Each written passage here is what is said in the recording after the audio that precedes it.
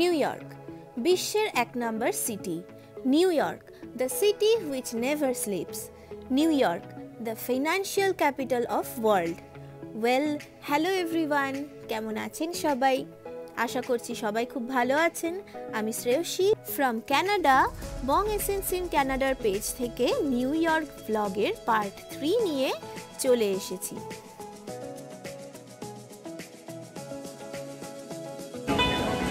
I love what you've done to, nothing more to say,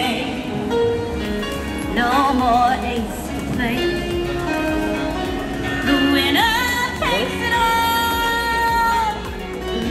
আজ আমি ব্লগটা continue করছি আগের দিন যেখানে শেষ করেছিলাম ঠিক তারপর থেকে।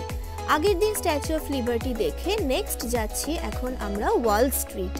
ওয়াল স্ট্রিট শুধু নিউ ইয়র্ক সিটির নয়, গোটা ইউএস এর মধ্যে অন্যতম একটা গুরুত্বপূর্ণ স্ট্রিট। রাস্তায় যেতে যেতে দেখলাম একটা হুড খোলা বাস, আর বাসটায় যারা বসে আছে তারা কিন্তু সবাই ট্যুরিস্ট। এই বাসটায় করেই সবাই শহরটাকে ঘুরে দেখছে। এমনিতেই গোটা নিউ ইয়র্ক সিটিটা এত সুন্দর করে সাজানো, মানে যেদিকে তাকাচ্ছি সেদিকটাই ঝাঁ চকচক করছে। Wall Street is a global symbol of investing, innovation and American economic influence. বিশ্বের অর্থনৈতিক রাজধানী নিউ ইয়র্ক সিটি। এটি কনসিস্টেন্টলি বিশ্বব্যাপী প্রধান আর্থিক কেন্দ্র হিসেবে স্থান পেয়েছে। গোল্ডম্যান স্যাক্স, মর্গান স্ট্যানলি, মেরিল রিঞ্চ এবং জেপি মর্গানের মতন নামকরা ইনভেস্টমেন্ট ব্যাংকগুলিরও উপস্থিতি রয়েছে এই শহরেই। চলুন আর কথা না বাড়িয়ে এগিয়ে যাই সেই কপার বুলটির দিকে। এই কপার বুলটার নাম হলো চার্জিং বুল, আর এটার একটা হিস্ট্রি আছে। 1987-এর ব্ল্যাক মানডে স্টক মার্কেট ক্র্যাশের পর একজন ইটালিয়ান আর্টিস্ট এই 3200 কেজির স্ক্যাল্পচারটা বানিয়ে illegally new York stock exchange বিল্ডিংয়ের পেছনে ড্রপ করে দিয়ে চলে যায়। তারপর থেকেই এটা একটা ট্যুরিস্ট অ্যাট্রাকশন হয়ে গেছে। বিভিন্ন ভিডিওতে এর আগেও আমি দেখেছি এই বুলটার সাথে ছবি তোলার বিশাল বড় লাইন পড়ে। আর মজার বিষয় হলো এর সামনে দাঁড়িয়ে ছবি তোলার চেয়ে এর পিছনের দিকে দাঁড়িয়ে ছবি তোলার ভিড়টা সব সময় বেশি।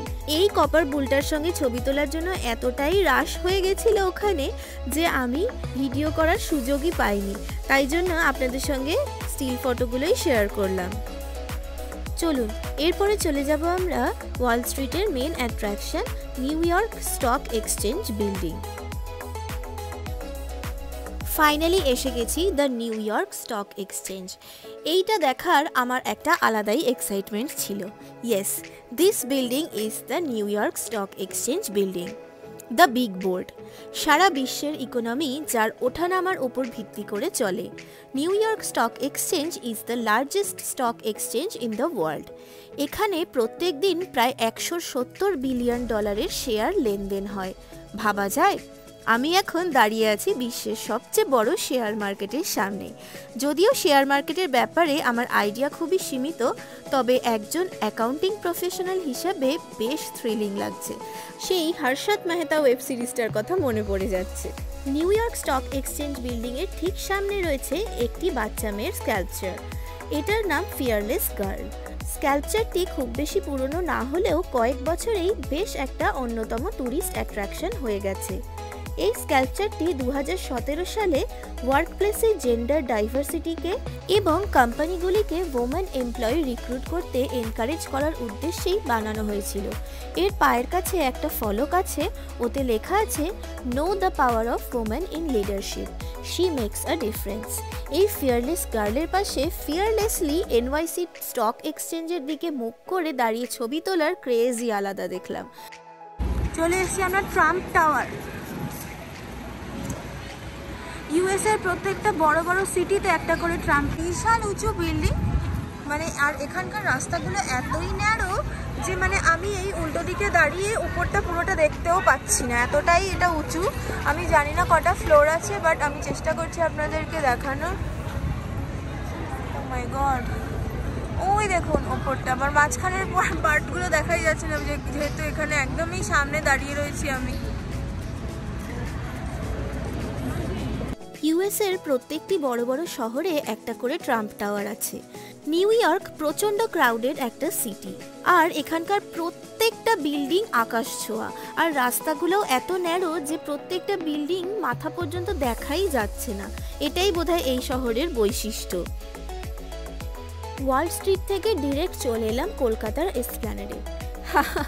ভাবছেন জোক করছি, বাট সত্যিই দেখুন এই রাস্তাটা আরামসে এসপ্ল্যানেড গড়িয়াহাট বলে চালিয়ে দেওয়া যাবে, একদম সেম। এই জায়গাটা লিটারেলি কলকাতার এসপ্ল্যানেডের মতন, মানে আমরা যেরকম স্প্ল্যানেডে গিয়ে বার্গেনিং করে জিনিসপত্র কিনি, এখানেও কিন্তু লিটারেলি সেটাই করে জিনিসপত্র কেনা হচ্ছে। যে দাম চেয়েছিল, মানে আমরা জানি না, জাস্ট টুক আ চান্স কি লেটস ডু ইট, কারণ হচ্ছে আমরা কয়েকজনকে দেখছিলাম ওরকম, তো দেখলাম যে ওই যে বার্গেনিং চলছে ওইখানে নেগোসিয়েশন চলছে।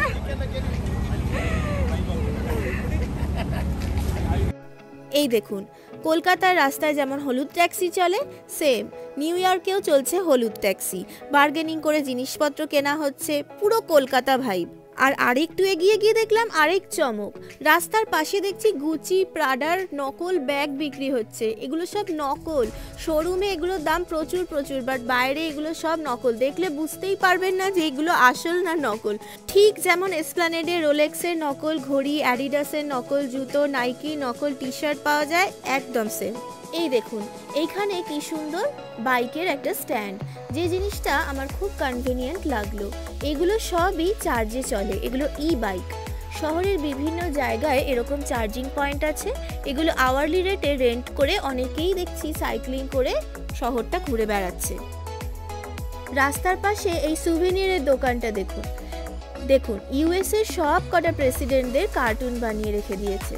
আমাদের ইন্ডিয়াতে এইসব দোকানে বেচলে কি হবে সেটা আর বলছি না। ওয়াল স্ট্রিট থেকে মেট্রো ধরে ফাইনালি চলে এসেছি এবার আমরা ব্রুকলিন ব্রিজে। আর একটা উইশ লিস্ট চেকড। মানে নিউ ইয়র্কের আকাশ ছোঁয়া বিল্ডিংগুলো আমাকে যেন বারবার টানছে, চোখই সরাতে পারছি না। গোটা শহরের প্রত্যেক কটা বিল্ডিংই আকাশ ছুঁয়েছে, কোনোটা বাদ নেই। যাই হোক, চলুন এগিয়ে যেতে যেতে কথা বলি।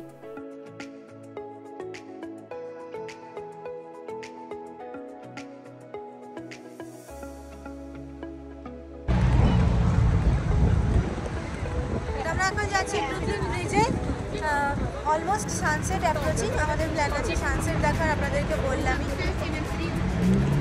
প্রচণ্ড ক্রাউডেড, কারণ এই সময়টায় সবাই এখানটায় আসে সানসেটটা দেখার জন্য। বললামই পুরো স্কাইলাইনটা এখান থেকে খুব সুন্দর দেখা যায়, আর সেই সময় যে সানসেটটা হয় মানে অসাধারণ সুন্দর লাগে দেখতে এখান থেকে। এখানে বসে আছে আমার, এখানে আসলে একটুখানি বেলা হয়ে গেছে, মানে সন্ধে হয়ে গেছে, তো তাই একটুখানি ঠান্ডা ঠান্ডা হয়ে গেছে ওয়েদারটা। তাই আরেকজন পুরো জ্যাকেট টুপি পরে প্যাক হয়ে বসে রয়েছে। হাই হাই,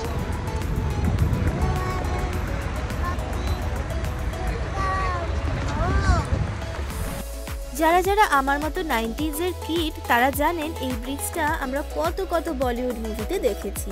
কাল হো না হো, Ta Ra Rum Pum, my name is Khan, New York, Kabhi Alvida Na Kehna, English উইংলিশ, আরও অনেক। সেই মুভির সেটেই এখন আমরা। The Brooklyn bridge. ব্রিজটা একটা অদ্ভুত সুন্দর, কিচ্ছু না, সবাই খালি ব্রিজ ধরে হাঁটছে। এত মানুষ যে এই ব্রিজটায় দেখতে পাচ্ছেন, এর 80%ই ট্যুরিস্ট। আর এই ব্রিজটার একটা অদ্ভুত ব্যাপার হচ্ছে এর দুটো পার্ট আছে, মানে দুটো তলা আর কি। নিচের তলা দিয়ে শুধু গাড়ি যায়, আর উপরের তলাটা শুধু মানুষের হাঁটার জন্য। ইস্ট রিভারের ওপর তৈরি ব্রিজটা নিউ ইয়র্ক আর ব্রুকলিন এই দুটো শহরকে কানেক্ট করে। আপনাদের আগেই বলেছিলাম যে ব্রুকলিন ব্রিজ থেকে আমরা সানসেট দেখব। বিকেলের পরন্ত রোদ পড়ে গোটা শহরের প্রত্যেকটা বিল্ডিং আরও যেন সুন্দর দেখতে লাগছে। সূর্যটা যেন শহরের গায়ে মোমের মতন গলে গলে পড়ছে, জাস্ট অসাধারণ। ব্রুকলিন ব্রিজ নিউ ইয়র্কের one of the famous national landmark. 1825 মিটারের ব্রিজটা ভেবেছিলাম হেঁটে এপার ওপার করব, বাট সারাদিন ঘুরে পায়ের যা অবস্থা, হাফ গিয়েই ব্যাক করে আসতে হলো। তাই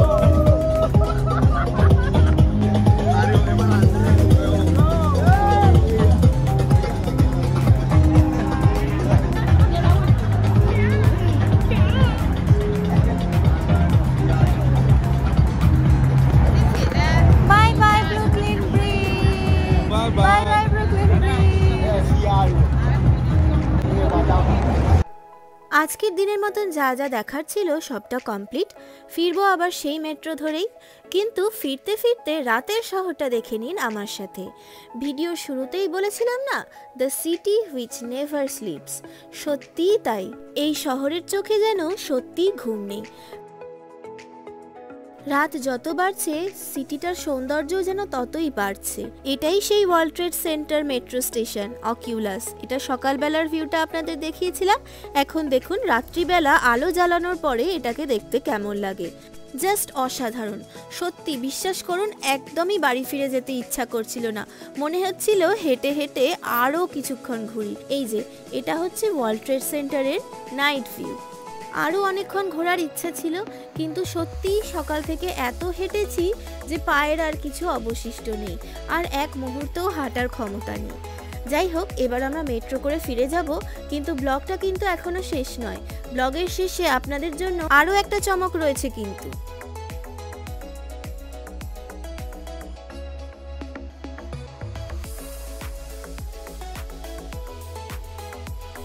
এবারে সেই চমকটা দেখাই।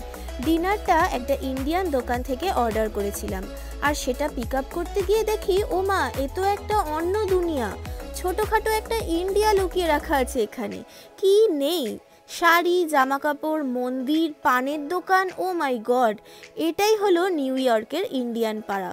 দেখুন, রাত 12টায় ডিনার তুলতে এসে আমরা আবিষ্কার করে ফেললাম এই ছোট্ট ইন্ডিয়া পাড়াটাকে। ও মা, এই দেখুন, এ তো পুরো পাড়ার মুদিখানার দোকান। আগে জানলে এখানে সকালে একবার আসতাম। রাত্রিবেলা ম্যাক্সিমাম দোকানই বন্ধ হয়ে গেছিল, খালি খাবার দোকানগুলোই খোলা ছিল।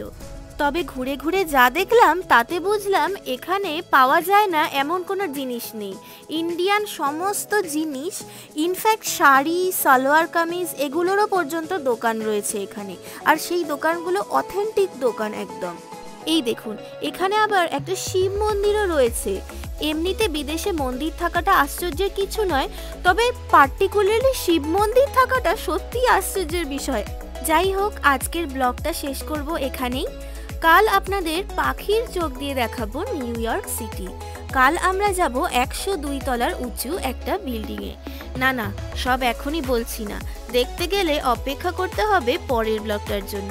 আর এই ব্লগটা আপনাদের কেমন লাগলো সেটা কমেন্ট করে আমাকে অবশ্যই জানাবেন। ভালো লাগলে লাইক করবেন, শেয়ার করবেন, পেজটা ফলো করবেন। সবাই ভালো থাকবেন, দেখা হবে আবার পরের ব্লগে। Bye bye.